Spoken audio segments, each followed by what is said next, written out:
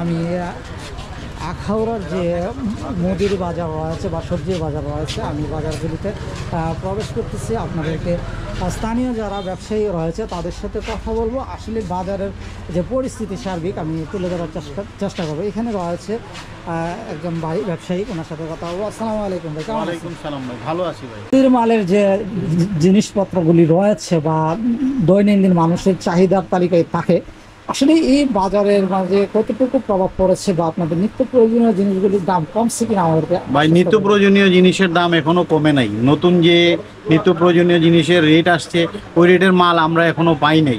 পাইলে ইনশাআল্লাহ মাল বাজার স্থিতিশীল হয়ে যাবে। আসলে আখাউড়াতে না কমার সম্ভাবনাটা আপনারা কোন দিকটাকে বিবেচনা করতেছেন? না, আমাদের রেল যোগাযোগ বন্ধ, গাড়ি যানবাহন চলাচল বন্ধ, এগুলা সব স্থিতিশীল হয়ে গেলে, গাড়ি ঘোড়া চলা হয়ে গেলে আপনার মাল স্থিতিশীল হয়ে যাবে।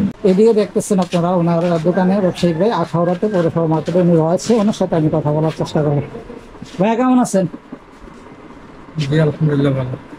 আপনাদের ডিমের দাম এখন কি কত আছে? ডিম কত করে বেচতেছেন? খালি ডিম হালি এখন বর্তমান আপনার 50 টাকা আছে। 50 টাকা। আগে কত ছিল?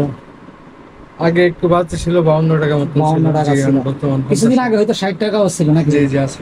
আসলে ডিমের দাম কিছুটা কমেছে। কিছুদিন আগে 65 টাকা 70 টাকা করে কিন্তু কিনতে হয়েছে, কিন্তু ডিমের দাম এই মুহূর্তে কিন্তু কিছুটা স্থিতিশীল রয়েছে। আচ্ছা, মসুরির ডাল যেটা আপনাদের এখানে, মসুরির ডাল কি এটা কি কমছে? ছোটটা 140 টাকা আছে আর মোটাটা 110 টাকা আছে। এটা তো মনে হয় আগের রেটটা রয়েছে। আচ্ছা, আমরা জানি যে তেল আমাদের সবাই কিন্তু লাগে। আপনারা তেলের রেটটা কি এখনো কোনো পরিস্থিতি স্থিতিশীল আছে? তেলের রেটটা কি রকম আছে? যা আগে সেম রেট আছে, আগে কমছে না বাড়ছে? আগের সেম রেট আছে।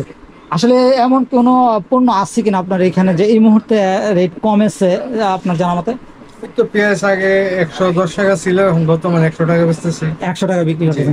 আসলে পেঁয়াজের কথা উনি যেটা বলতেছে, পেঁয়াজ 110 টাকা ছিল কেজিতে, এখন কিন্তু 10 টাকা কমে বিক্রি করছে। মুহূর্তে আমি আখাউড়া সবজি বাজারে প্রবেশ করতেছি। আমি আপনাদেরকে সবজি বাজারে কিছুটা আপডেট দেওয়ার চেষ্টা করবো। এসটি ব্রাহ্মণবাড়িয়ার পক্ষ থেকে অবশ্যই সঙ্গে থাকবেন। আমি ব্যবসায়িকদের সাথে কথা বলবো আসলে সবজি বাজারের পরিস্থিতি এখন কি পর্যায়ে রয়েছে।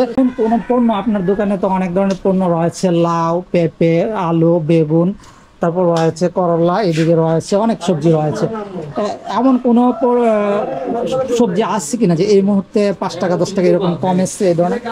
হ্যাঁ আছে আছে, যেমন আপনার করলাতে কমেছে। করলা আগে ছিল আপনার 100 টাকা 90 টাকার মতো, এখন 80 টাকা বিক্রি করতেছেন।